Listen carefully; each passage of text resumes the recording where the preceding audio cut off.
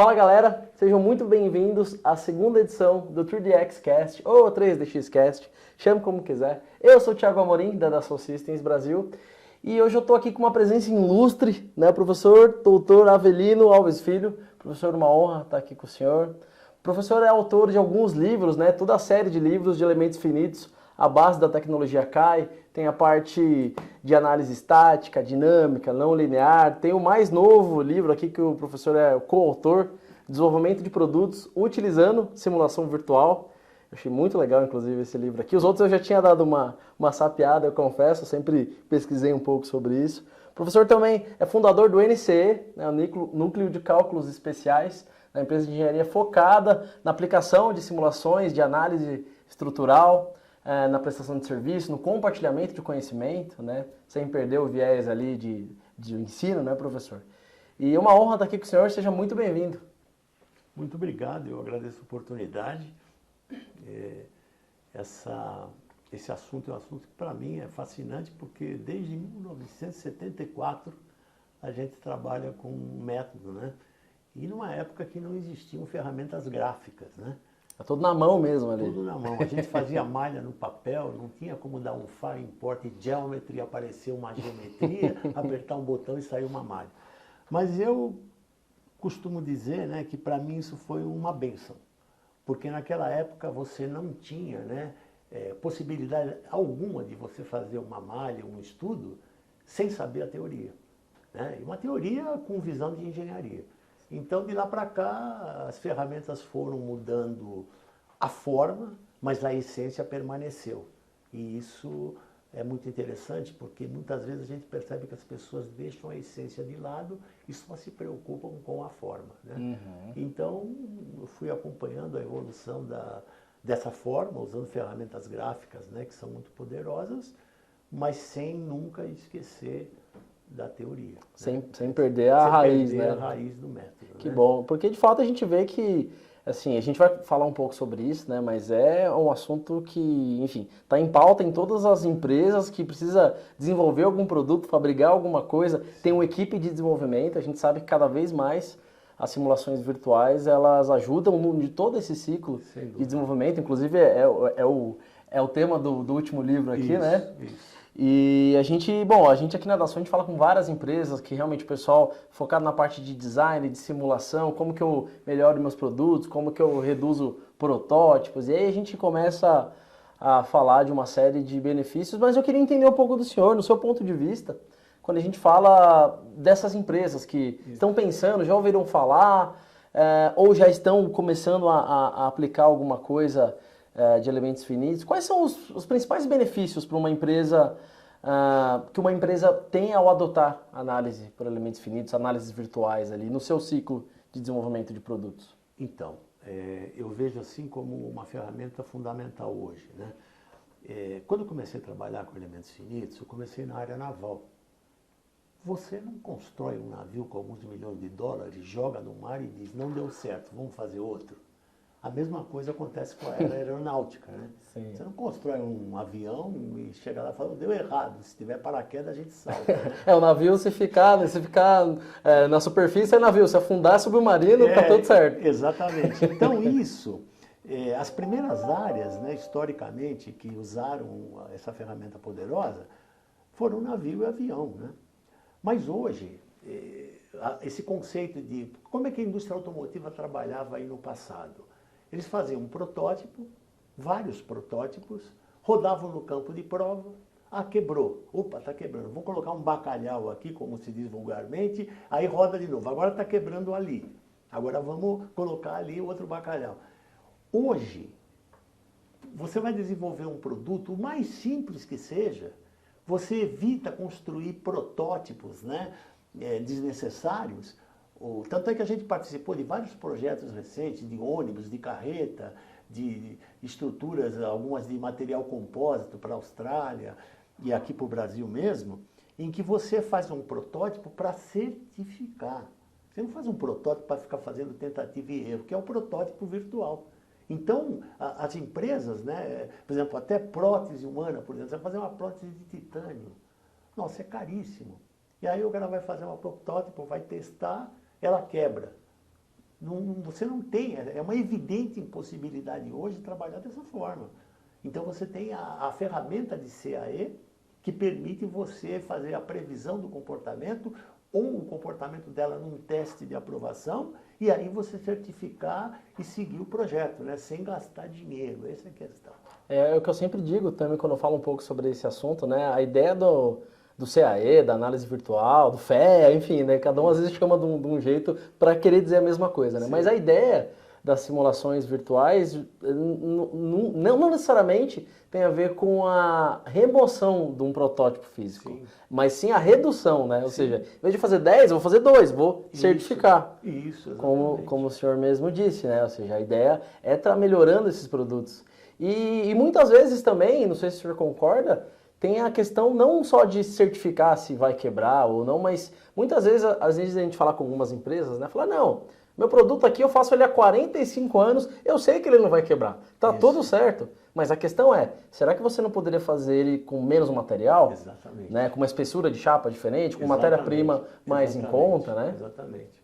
E, por exemplo, eu vou dar um outro exemplo que está também dentro desse contexto que você mencionou.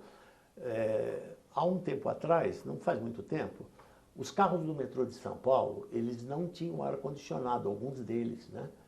E esses carros foram reformados. Só que para você reformar o carro, você faz 2 imensos buracos na região dos truques, né, das rodas, e você muda completamente a rigidez da estrutura. E aí você precisa garantir que isso vai funcionar. Então nós fizemos todo o cálculo de elementos finitos, né, considerando a estrutura atual e a estrutura modificada, e depois eles fizeram um teste, né? A diferença entre o modelo de elementos finitos e o teste prático com strain gauges deu 1%. Caramba. Isso aconteceu no carro do metrô de São Paulo. Que isso aí legal. não é dado nosso, é da Bombardier. Bombardier nos contratou para fazer isso, né? Então, dentro dessa linha de raciocínio, você tendo uma segurança muito grande, né? Desde que você use bem o conceito, né? Não é aquele negócio de ferramenta mágica. Você tem toda uma justificativa, os comportamentos físicos da mecânica estrutural. Isso é absolutamente fundamental para você conseguir fazer um bom modelo. E tendo isso, você pode reduzir peso, porque você está com bastante folga em relação aos critérios de projeto, de resistência a uma carga de pico, resistência à fadiga e assim sucessivamente. Né? Entendi. Eu acho que isso é muito importante. Com certeza, com certeza. Agora, sim, a gente vê empresas dos mais diversos nichos, dos mais diversos tamanhos. A gente fala com várias delas, né? Mas o que você entende? Quais são os principais desafios? Porque a gente está falando aqui dos benefícios, né? Fala, poxa, que legal, né? Como que não são todas as empresas que usam isso? E a gente sabe que não são ainda, né? Sim. E algumas empresas têm algumas restrições, mas o senhor, na sua experiência de falar com várias empresas, vários profissionais, quais são os principais desafios que uma empresa tem na hora de adotar uma metodologia CAE ali na sua engenharia? Vamos falar eu assim. acho que isso daí é um ponto focal aí que você mencionou. Nós tivemos a oportunidade de, ao longo desse tempo, implantar o CAE em empresas grandes, empresas médias e empresas pequenas, escritórios de projeto. E todas elas têm uma característica em comum. Muitas vezes, as pessoas usam a ferramenta computacional, que é maravilhosa, ninguém duvida isso. Isso aí está evoluindo ao longo do tempo. Inclusive algumas até ferramentas adicionais, inteligência artificial, essa coisa toda. Tudo isso é fantástico.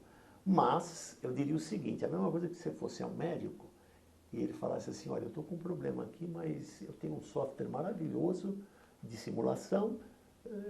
Eu fiz aí um curso rapidinho de medicina, mas o software, eu entrando com todos os dados, ele vai te responder o que você tem. Se o cara tiver juízo, ele sai correndo do consultório, né?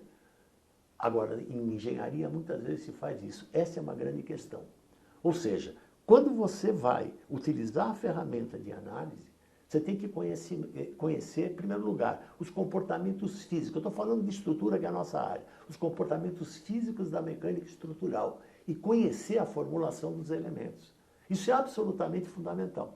Até a gente brinca o seguinte, você tem que conhecer todos os comportamentos da mecânica estrutural. Sim.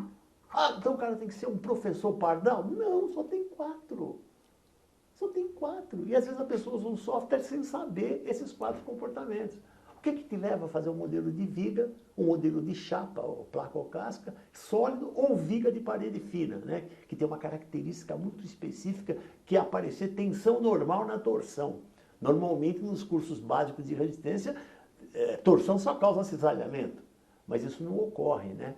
Então, é fundamental você conhecer essa base e com uma visão de engenharia. O cara não precisa ser nenhum PhD em elementos finitos, ele só basta saber o que está fazendo.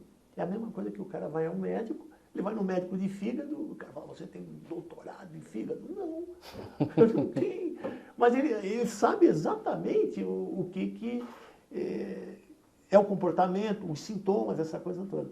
Então isso acontece na área estrutural. Entendi. Porque, de fato, às vezes eu falo com algumas empresas, né, e a impressão que muitas pessoas têm é que para operar uma ferramenta de simulação, né, existem várias aí, a gente pode falar aqui do Simulha, que é da própria Dassault, com Abacus, né, de SolidWorks Simulation, entre outros, mas para operar qualquer uma dessas ferramentas, o pessoal às vezes tem a impressão, não, minha equipe tem que ser engenheiros pós-graduados em elementos finitos, quando na prática, muitas vezes, assim, aí eu queria também ouvir um pouco mais do senhor sobre esse tema, que muitas vezes a gente sabe que eu tenho projetistas que conhecem muito bem do produto, como funciona esse produto, quais são as condições gerais desse produto, né? E ele precisa ter um embasamento. Minha pergunta o senhor acredita que alguém do nível técnico, a gente tem muito profissional muito bom saindo do Senai, por exemplo, de várias outras escolas, vamos falar assim, eles conseguem aplicar os conceitos para fazer simulações por elementos finitos aí no seu desenvolvimento de produto?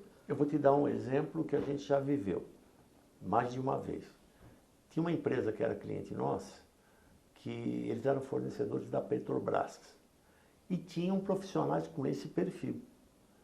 Era um perfil técnico, mas eles tinham um conhecimento básico, coisa simples assim, o que é derivada de uma função, né? Que não é nada do outro mundo, tem uma maneira... Por que eu estou falando isso? Porque quando você estuda elementos finitos, você precisa saber, é baseado no conceito de rigidez, é que nem uma mola, você tem uma rigidez e você tem uma mola equivalente que é a rigidez do conjunto inteiro. Quando você vai tratar um problema estrutural, o grande objetivo teu é calcular o que acontece dentro de cada elemento da malha, a deformação. E a deformação é uma simples derivada de uma função. Então, se você tem um profissional, como nós vivemos esse caso, né? Um profissional que é um técnico, mas um técnico que tem um conhecimento um pouquinho mais elaborado, ele consegue fazer uma malha escolhendo o elemento adequado e de tamanho adequado, porque ele tem esse conhecimento. Claro que eu tenho até um outro exemplo de uma empresa que fabrica motores diesel, né? Em que eles tinham uma área que era o projetista, que o projetista, o primeiro insight que eles tinham daquele produto, por exemplo, um suporte de tomada de força. A primeira coisa que ele fazia, eu vou dar um exemplo, desculpe ser muito técnico nisso, mas olha só, você pega um motor de 4 cilindros, o harmônico de segunda ordem é o mais importante que tem, porque é o que tem mais energia. Aí o projetista, ele desenha uma peça, ele vai lá, ele calcula a frequência natural. Se ela estiver próxima do segundo harmônico, ele nem passa para a área mais avançada, que vai estudar fadiga e uma série de coisas. Ele já passa uma peça que tem um comportamento previsível, né? Que aí é questão de detalhe. Eu vou te dar um exemplo. Desculpe de novo ser técnico. Você pega um motor de 600 quilos. Vamos fazer um exemplo grosseiro. Você tem 4 suportes. 600 quilos dividido por 4, vamos, só para raciocínio, 150 para cada um.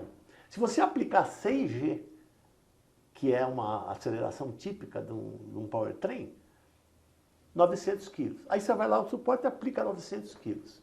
Isso é um modelo simples. Aí a tensão dá o dobro do escoamento. Você nem continua, porque aquele projeto já nasceu morto. Sim. Não sei se estou sendo claro nisso aí. Sim. Então, isso aí, na sala de projetos, os caras já faziam isso. E aí, quando ia para fazer aquele estudo mais elaborado de fadiga, número de ciclos que ele vai resistir, vida infinita, isso tudo já estava filtrado. Então, você tem um ganho enorme. Porque se você passa uma peça que já está nascida morta, né? E o cara vai fazer o cálculo, ele não vai nem perder tempo, você não passa nem na condição de pico. Porque quando você vai fazer um projeto, você tem condição de pico, você tem condição de fadiga, em alguns casos, propagação de trinca, né, que é a mecânica de fratura. E isso tudo, você numa equipe bem organizada, como esse caso real, você consegue ter o uso intenso da ferramenta. Esse caso da Petrobras que eu citei é a mesma coisa, né? Então isso é muito importante. Sim, ou seja, o pessoal é que às vezes a gente olha, a gente sabe toda a matemática por trás de resolver uma simulação dessa, Isso. é uma matemática avançada, a gente sabe Sim. disso, mas acho que um dos principais benefícios também da adoção dessas ferramentas é de fato, acho que ela torna um pouco mais democrático Isso. a aplicação Isso. dos métodos de elementos finitos, Exatamente. né? Ou seja, não é só saber Sim. usar a ferramenta, Isso, mas você isso. também não precisa saber fazer todos os detalhes daqueles Exatamente, cálculos na mão. exatamente. Preciso ter uma noção, obviamente, Isso. preciso saber onde que eu vou aplicar forças, interpretar aqueles resultados de escoamento, de deformação, né, de deslocamento. Isso, exatamente. E eu preciso conhecer do meu produto. Isso, Né? Ou seja, exatamente. não é uma coisa exclusivamente de... E professor, me diz uma coisa. A gente está falando, né, da complexidade, que na verdade nem é tudo isso que as pessoas pensam, né? Do tipo de empresas. E agora o pessoal que está ouvindo a gente aqui, que está conhecendo um pouco mais desse conteúdo, quais são os primeiros passos? Poxa, legal, sou um projetista, eu quero colocar ali mais uma ferramenta na minha caixa de ferramenta ali, Sim. que é análise por elementos finitos. Por onde eu começo? O que eu tenho que fazer? Então, isso aí, a gente teve essa experiência em várias empresas, né? Desde, por exemplo, Embraer, a gente treinou profissionais da Embraer que projetam um avião. Petrobras, a gente deu curso para a Petrobras, engenheiro do centro de pesquisa. Mas a gente deu treinamento também para empresas que fornecem para a Petrobras e alguns projetistas estavam envolvidos nisso. Eu acho que o grande problema, se você me permite, eu vou começar pelo fim, vamos dizer assim. O cara vai fazer um curso de elementos finitos, aí ele começa assim, consideremos um contínuo, que eu costumo chamar de teoria do batatoide. O cara desenha uma batata assim e começa a colocar um monte de integrais. Eu estou falando isso porque eu já vivi isso, porque quando eu saí do Instituto de Pesquisas Tecnológicas, eu trabalhei muitos anos lá e fazia modelo de navio, à mão, né? Aí eu fui para a indústria e montei um departamento de CAE na indústria. E pedi para eles, vocês têm que estudar, vai fazer curso aqui em tal lugar. Aí um dia os caras entraram na minha sala e falaram assim, Avelino, onde que eu vou usar esse variacional no ônibus e no trem? Aí eu falei, meu Deus do céu. Aí foi quando eu comecei a montar um curso interno que gerou esses livros que você comentou. Foi ali. Porque o problema é o seguinte, você não precisa começar a estudar um variacional para poder usar bem o método, né? Você vai dizer, isso é fundamental. Então, você tem que começar pelo seguinte. Primeiro, dar um curso com uma visão de engenharia. O projetista consegue entender isso. Você precisa conhecer os 4 comportamentos físicos da mecânica estrutural. Isso é complicado? Não. Isso começa a mostrar para você que tipo de elemento ele vai usar para cada aplicação. Então, ele olha e fala, oh, aquilo ali eu vou modelar por viga. Ah, aquilo eu vou modelar por casca. Isso não é complicado.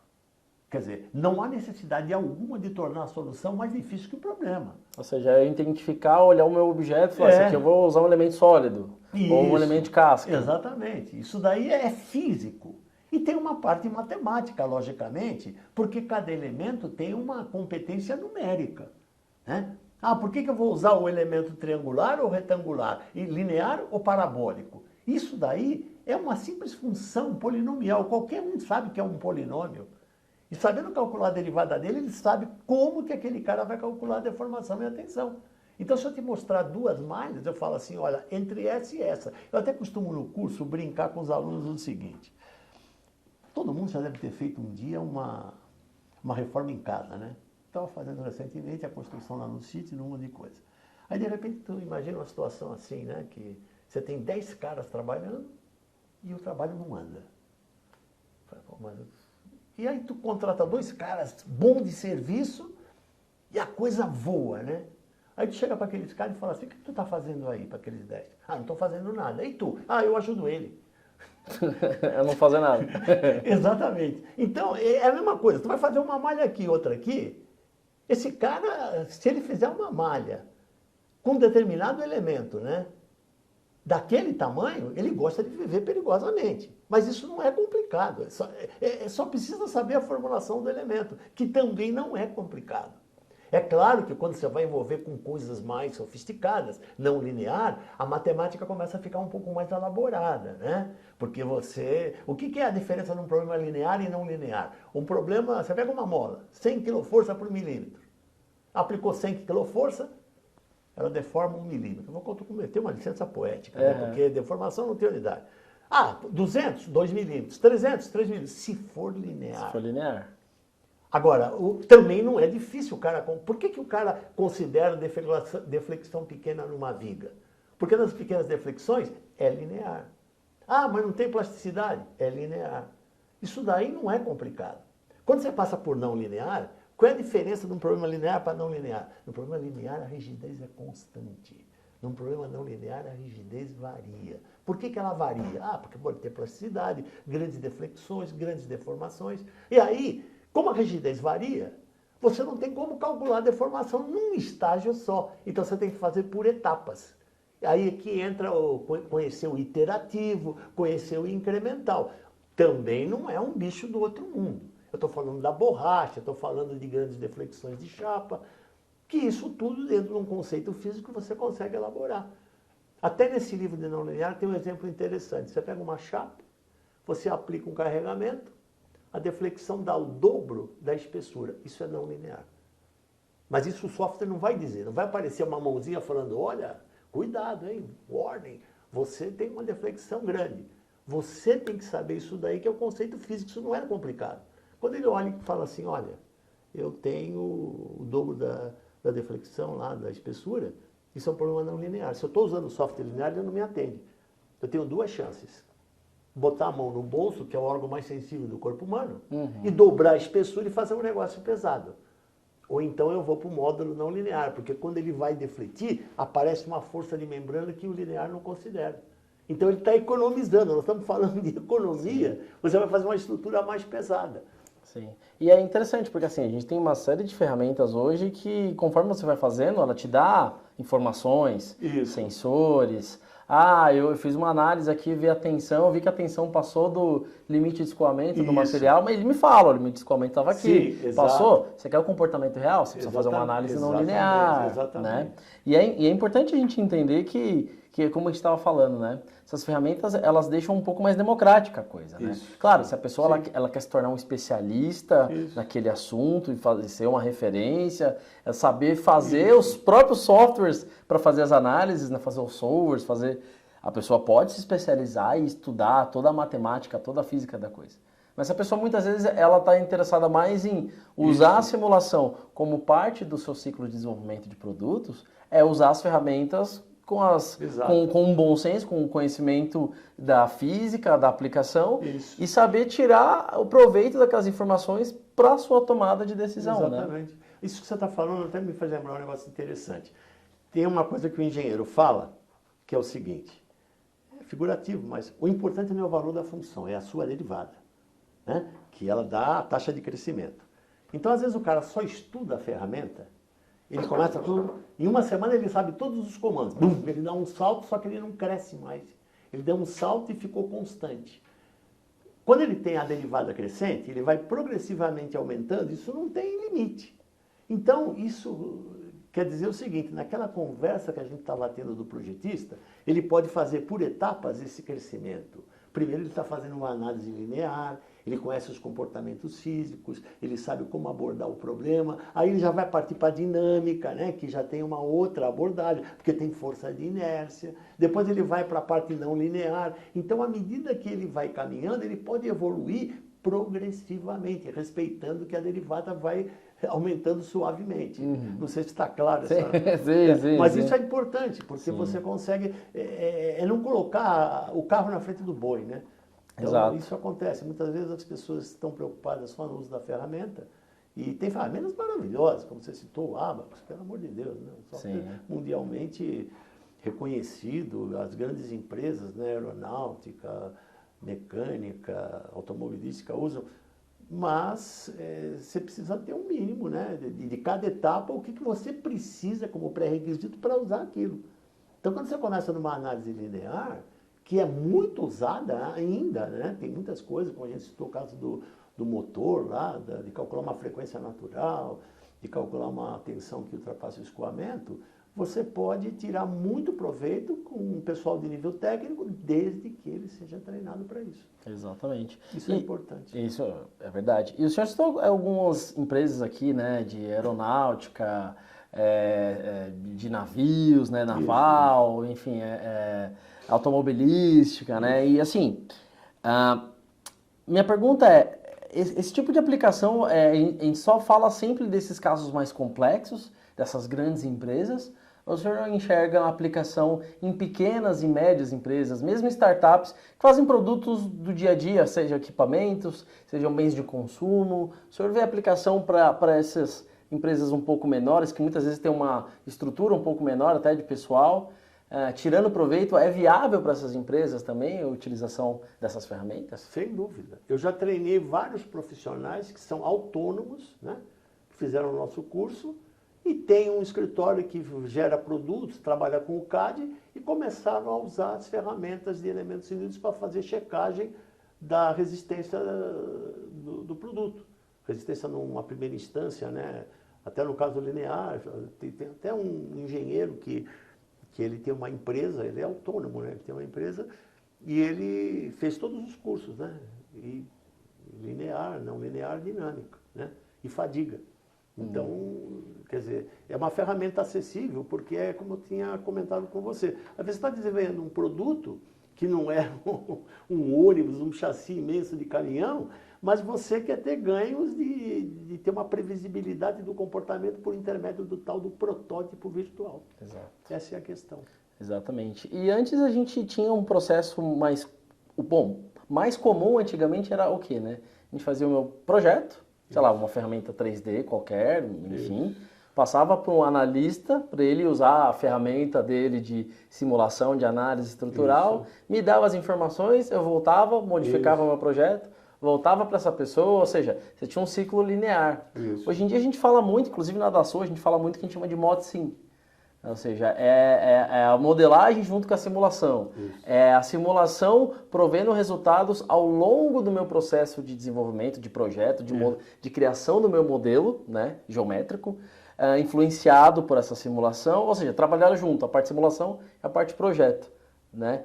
Como que você enxerga essa mudança aí de processo? Qual o ganho disso que o senhor Olha, eu acho que você tem um ganho enorme de tempo, né? Isso está inserido, de certa forma, naquilo que a gente citou. O projetista vai fazer uma peça, aí ele manda lá para uma área mais específica, que vai estudar fadiga, vai estudar a liberação do produto mesmo, né? E aí ele já manda uma peça que está condenada, que ela não passa nem no critério de escoamento. Aí tem que voltar tudo. Agora, se ele está trabalhando no desenvolvimento do produto, né? E nesse desenvolvimento ele já tem alguns critérios estabelecidos, né? Que você tem carregamentos, né? A gente tem eu não sei como, a gente tem uma série de receitas, mal dizendo assim, de projetos que a gente fez para a indústria automotiva, para a parte de motor, que são, por exemplo, suporte da tomada de força. Quais são os critérios? Critério de frequência, critério de escoamento, critério de fadiga e tal. Em que você, numa parte inicial do projeto, você pode já fazer o levantamento disso. Então você tem, por exemplo, o suporte de tomada de forças, tem as correias lá que aplicam, né, no suporte, e aí você tem as acelerações que estão envolvidas, lateral, longitudinal, transversal, né, e vertical. E aí você vai fazer um estudo, faz os combines de carregamento, e você já chega numa primeira instância que aquela peça não passa nem no escoamento. Então você já para ali. E aí você vai modificando na área de projeto até que você fala, opa, já passou. Agora eu vou passar para uma área mais especializada para poder fazer um filtro nisso daí. E normalmente, quando você já passa isso filtrado, as mudanças que o projeto requer para aprovar numa condição de fadiga, às vezes é a mudança de um raio, às vezes é a mudança de um pouco a espessura. A gente teve uma situação parecida com essa, com uma ponteira de ferroviária, né, de engate. Porque a gente calculou muita coisa para a indústria ferroviária, vagões, gôndola, vagão hopper, além dos carros de passageiro de metrô, né, e truques, isso a gente calculou bastante. E aí, no caso dessa ponteira, a gente fez uma série de estudos iniciais E aí tem um negócio interessante, não sei se eu quero ser muito técnico, mas eu vou comentar. Se você pegar uma chapa e você submeter a chapa à flexão, quando ela sofre flexão, se você dobrar a espessura, a tensão cai 4 vezes. Essa é a teoria de placa que a gente vê lá naquele comportamento físico. Se você tiver uma chapa com carga no plano, se você dobrar a espessura, a tensão cai 2 vezes. Quando você pega uma chapa de um vagão, de um navio, de qualquer estrutura, você consegue filtrar o que é flexão e o que é estado plano. E aí você já sabe, se a tensão ultrapassou um dado valor, quanto que você tem que aumentar a espessura para diminuir aquela tensão de flexão e aquela outra. E quando a gente fez o estudo da ponteira, a gente viu que tinha um monte de item que não passava. E aí a gente foi cuidadosamente em cada região entender esse comportamento físico para poder aumentar. Aqui eu preciso aumentar a espessura de tanto, aqui de tanto, aqui tal. E aí depois a gente tinha a estrutura que passou. Então, quer dizer, é uma coisa que você tem um controle muito grande e você consegue, tanto para uma peça maior, como em pequenos problemas. Quer dizer, é importante, absolutamente importante, que a pessoa tenha uma intimidade com o comportamento físico daquilo que ela está trabalhando. Tanto que quando a gente faz serviço para... A gente já faz muitas coisas assim no NCE que são novidades, né? A gente já calculou um monte de coisa, mas o cara... eu preciso calcular esse negócio aqui. Então a gente senta com o cliente e fala o seguinte, me explica como isso funciona. Ele tem uma experiência grande do produto. Aí depois, mal comparando, é que nem você vai no médico, né? E fala assim, olha, eu estou com um problema de fígado. O cara fala assim, não, o cara é educado, ele fala assim, não, quem vai dizer o problema que você tem sou eu. Onde está doendo, né? Me fala o que você está sentindo. Aí, quais são os sintomas, né? Aí você vai lá para o cliente e fala assim, me explica como é que isso aqui está ocorrendo. Esse aqui é uma coisa endêmica, que todos os componentes da sua série estão... E assim por diante. Exato. Aí, a partir do momento que você tem esse levantamento, você passa para começar a identificar o tipo de modelo que você vai fazer para representar aquele problema. Então, isso passa pelo conhecimento físico da mecânica estrutural e pelo conhecimento dos elementos que representam aquele comportamento físico. Exato. Quer dizer, você tem uma realidade e você tem um software. Esse software tem um monte de elementos. Cada elemento tem um comportamento físico e uma competência numérica de fazer aquilo. A partir do momento que você entendeu isso, você fala, esse elemento vai representar bem esse comportamento. Exatamente. Isso não é complicado. Exato. Mas precisa ter uma base para fazer isso. Com certeza, é o que a gente está falando. Nos vários níveis. Com certeza, ou seja, é o que a gente está falando. A gente pegar no nível mais básico, que vou te falar que a maioria das pessoas que a gente conversa, né, pelo menos aqui, você precisa conhecer do seu produto, geralmente a pessoa já conhece. Check. Eu preciso entender como que é a aplicação dele, né, condições de contorno, ali que eu vou trabalhar, carregamentos, e aí você tem que ter um pouco mais de embasamento, mas de novo, né, é o que a gente fala muito, né, calma, você não precisa, porque muitas vezes eu falo com algumas empresas, o cara, não, minha equipe não vai conseguir usar isso, ou o meu produto é muito simples. Falo, olha, não é bem assim, a coisa é mais simples do que as pessoas pensam, né? Porque quando a gente fala de análise estrutural, o cara vê lá a peça toda colorida lá, já fala, bicho, eu não vou nem continuar essa conversa. E não é. São coisas que são viáveis para o dia a dia, né? E a gente fala, por exemplo, eu falo muito com empresas de máquinas e equipamentos, né? São análises geralmente, às vezes, cinemáticas ou análises estáticas, porque se eu sair do campo linear, muitas vezes já não funciona mais para aquilo. Ou seja, as análises geralmente ficam num campo linear quando a gente fala de equipamentos, de produtos mais simples, né? Agora, eu queria entrar num outro assunto com o senhor sobre nuvem. A gente fala muito de nuvem aqui na Dassault, né? A gente tem a própria plataforma 3D Experience, que ele é para a parte de projetos, de gestão de dados, de simulação na nuvem, né? E a gente tem uma série de características que, inclusive, bem específicas para a parte de simulação estrutural, né? Como, por exemplo, capacidade de fazer o cálculo estrutural em si na nuvem. Sim. Não precisar fazer no meu computador ali, usar toda a minha memória, processamento, poder visualizar esses dados aí, de repente, depois que ele está calculado, de qualquer lugar, né? Como que o senhor vê, como que o senhor entende que essa transformação na nuvem, na aplicação dos métodos por elementos finitos, podem ajudar a trazer esse tipo de ferramenta para ainda mais pessoas? Olha, eu acho isso aí extremamente interessante e a gente usa esse recurso, né? Não na sua totalidade. Eu vou explicar o que eu quero dizer com isso. Por exemplo, no NCE, nós temos uma equipe e, logicamente, como eu sou um pouco mais velhinho, né? Às vezes tem projetos novos, né? Que a gente está envolvido e eu tenho a responsabilidade de passar para o pessoal mais novo um procedimento e aquilo passa a ser agregado ao dia a dia deles. Por exemplo, fadiga, cálculo de fadiga, né? Cálculo dinâmico de algumas, como peneira vibratória. Eu mesmo fiz todo o cálculo, né, da parte dinâmica da peneira e depois estabeleci um procedimento sempre para deixar fazendo parte dos nossos procedimentos, né? E fadiga tem um negócio interessante, já que você citou, eu vou só falar, mas eu volto para a nuvem. Né, por favor. A fadiga, por exemplo, às vezes é aquela história que você colocou, né? A coisa é bonita e tal. Aí você vê uma colorido e tem gente que é treinada para procurar o vermelho, né? O vermelho tá ruim, né? E o vermelho tá ruim. E muitas vezes ele não quebra no vermelho, ele quebra no verde. Um caso típico real é fadiga com solda. Quando você tem o limite de fadiga do material, grosso modo, você pega o aço, o limite de fadiga é metade da ruptura. Quando você solda, existe um negócio que se chama, na norma sueca, uma das normas que a gente usa, que é o Material Independent Joint Factor. É um fator de junta independente do material. Quando você vai calcular a fadiga de uma junta soldada, é o limite de fadiga do material dividido por 1K. Esse K pode ser 5, dependendo da qualidade da solda. Então, se o limite de fadiga do material é 25, o limite de fadiga da solda pode ser 6, pode ser 12. E aí a tensão mais alta que está no vermelho não gera quebra por fadiga, mas gera na solda. Então a gente tem um cuidado muito grande, porque muitos dos projetos que a gente faz na NCE são feitos com solda. E a gente tem que verificar isso, né? Então, o que acontece? Como eu falei desses procedimentos, muitos procedimentos desse tipo eu gero e a equipe já usa isso, né? Tem a Cláudia, que é a nossa gerente de engenharia. A Cláudia, ela começou a trabalhar comigo há 12 anos, era estagiária, se formou, fez mestrado em compósito, eu até participei da banca de mestrado dela, e ela coordena toda essa equipe, né? Então, o que acontece?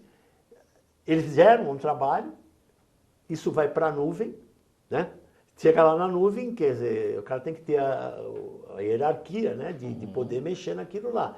E normalmente na nuvem, todo projeto que é feito, ou que eu dê a orientada inicial, alguns não precisam porque já virou uma sistemática, depois eu recebo da nuvem para poder dar a checada final. Todo o projeto final da NCE passa pela minha mão, né? Só porque eu sou um pouco mais velho só, né? Mas isso é o normal, né? Então a Cláudia tem uma grande experiência, né? Ela faz isso daí. E, infelizmente ainda, mas é um nosso desejo, é ao longo do tempo ter o solver também lá em cima, né?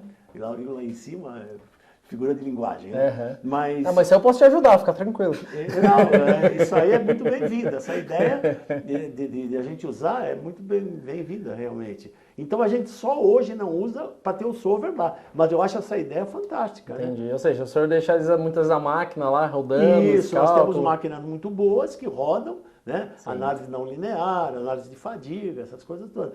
Mas ter na nuvem, eu acho isso daí uma vantagem enorme. E que é a tal da forma, né? A essência não mudou. Né? Uhum. Até, eu não sei se eu devo falar, mas esse negócio da inteligência artificial, né? Isso. Não sei se... Em 1985, eu estava trabalhando no Japão. Né? Como eu trabalhava na área naval, eu fiquei um tempo lá. E eu sou muito curioso, eu conheci o Japão inteiro, porque o Japão é uma pedra que... A única coisa que tem que funcionar bem, a única entre aspas, é porto, né? Porque se o porto não funcionar, nada funciona. É uma ilha, né? É uma ilha de pedra, né? Então, o que acontece? Aí eu, um dia passando por uma livraria, eu vi um livro lá, Inteligência Artificial, isso é 85.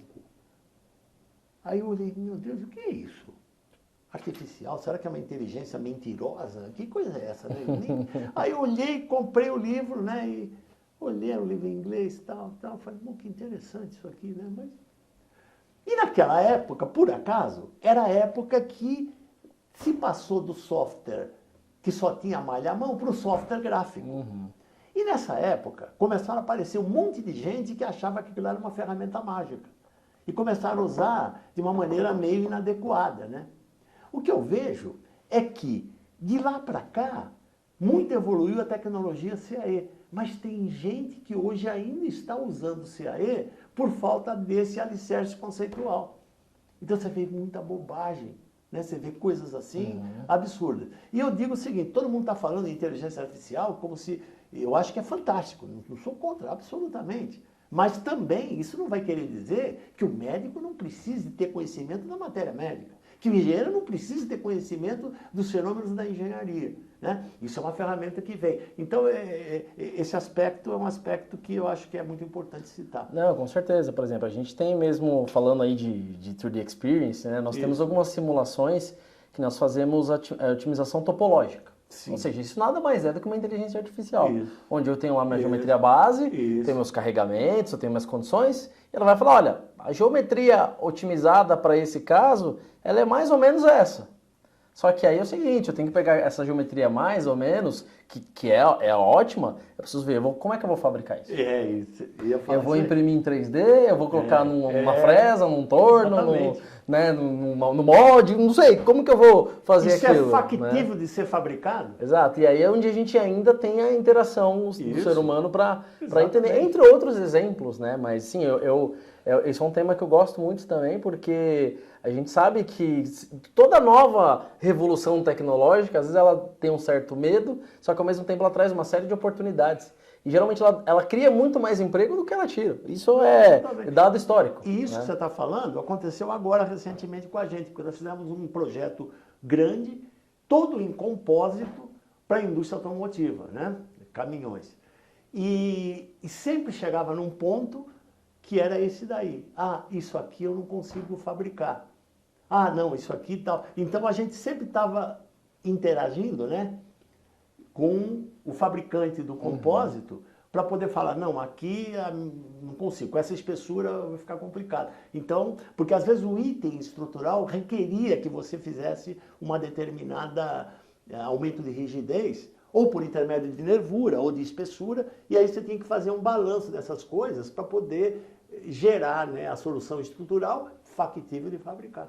É isso mesmo. Então, isso é muito importante. E no fim das contas, né, quando a gente fala de todos os resultados que a gente obtém de uma análise estrutural, ela nada mais é do que algo que vai nos ajudar numa tomada de decisão. Sim, né? E outro ponto que a nuvem traz muito de benefício é poder... É como vocês mesmos fazem, né? É poder compartilhar aquele resultado com qualquer pessoa. Exatamente. E hoje em dia, por exemplo, não necessariamente, falando até do que a gente faz mesmo aqui na Dassault, uma plataforma 3D Experience, a pessoa que rodou a análise, que tem a ferramenta lá do Simulha, enfim, do SolidWorks, do CATIA, enfim, que rodou aquela parte de simulação, ela usou a ferramenta para fazer todo o seu estudo. Sim. Mas depois que ela acaba isso, e ela precisa muitas vezes colaborar com outras pessoas, essas outras pessoas não precisam ter essa mesma ferramenta, ou nem conhecer dessa ferramenta, ou não, precisa interpretar aqueles resultados. E aí a facilidade que a gente tem com a nuvem de compartilhar esses resultados com as pessoas que muitas vezes precisam tomar as decisões, ou fazer comparativo, ou mesmo com um cliente mostrando alguma coisa, né? Às vezes a pessoa pode pegar pelo próprio celular e analisar tudo aquilo de uma maneira rápida. Eu acho que traz aí muito mais competitividade para as empresas, que elas precisam ser mais rápidas, né, no seu ciclo de desenvolvimento. Até isso me faz lembrar de uma coisa, quer dizer, o conceito é o mesmo, só que agora está muito mais evoluído. Eu estive nos Estados Unidos, na Rockwell, que eu, quando saí do Instituto de Pesquisa Tecnológica, era o lugar que eu fiquei lá, porque eu vi aqui é que eu vou conseguir trabalhar com elementos finitos, né, na indústria. E aí, depois que eu saí do IPT, eu fui para a indústria, montar um departamento de CAE, que eu tinha comentado no começo.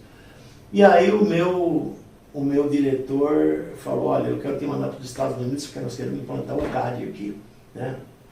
Falecido Dr. Cantuária, cara sensacional.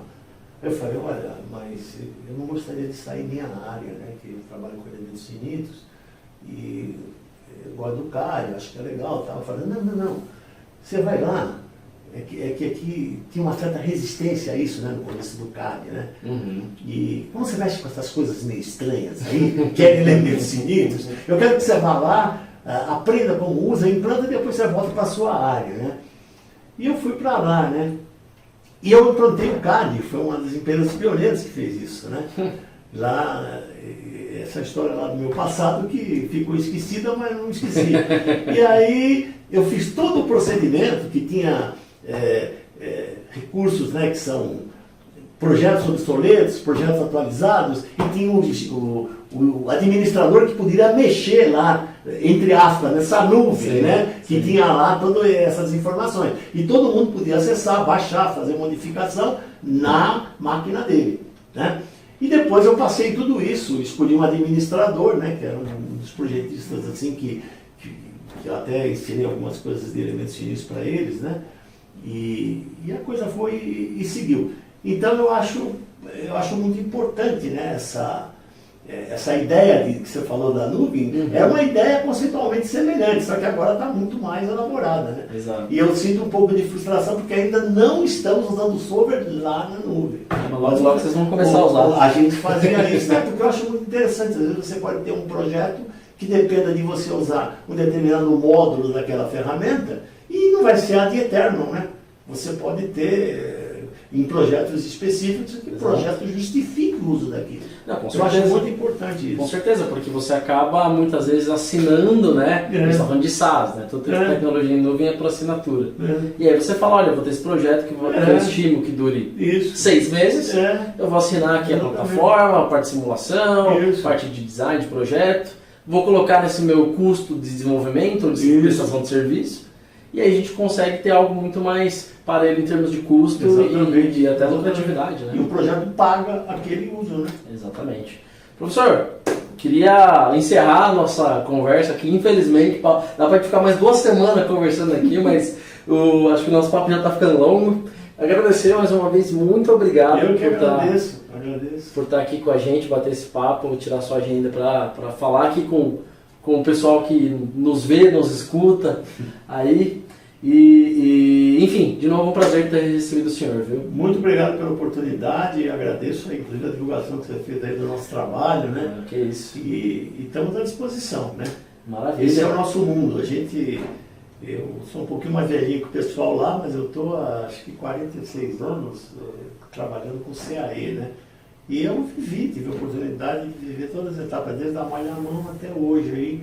Então a gente viveu cada pedacinho desse, cada tijolinho, né? E eu acho que o que sobrou, vamos dizer assim, que eu pudesse dar um depoimento final, é que estude o alicerce do método, né? Sem visões maravilhosas aí de variacionais, aquela coisa toda. O usuário, né? Ele não precisa ser PhD, elementos finitos, nada disso. Ele pode ter um bom treinamento voltado para a realidade física, com visão de engenharia, e tirar resultado e ter ganho. Ou seja, na prática, qualquer pessoa que está hoje desenvolvendo um projeto, que está numa engenharia, está projetando, se ele pode, de fato, chegar a começar a usar essas ferramentas. Se ele tiver esse cuidado conceitual, né, de saber o alicerce, né? Exato. Que é o alicerce que vai sustentar o edifício. Com certeza, acho que esse é o mais importante, tem que parar de pé a coisa, né? Exatamente. Beleza. Professor, mais uma vez, obrigado. Obrigado. Valeu, pessoal. Até mais. Fiquem aí ligados no canal, que logo tem mais um próximo capítulo do 3DX Cast. Valeu, até a próxima.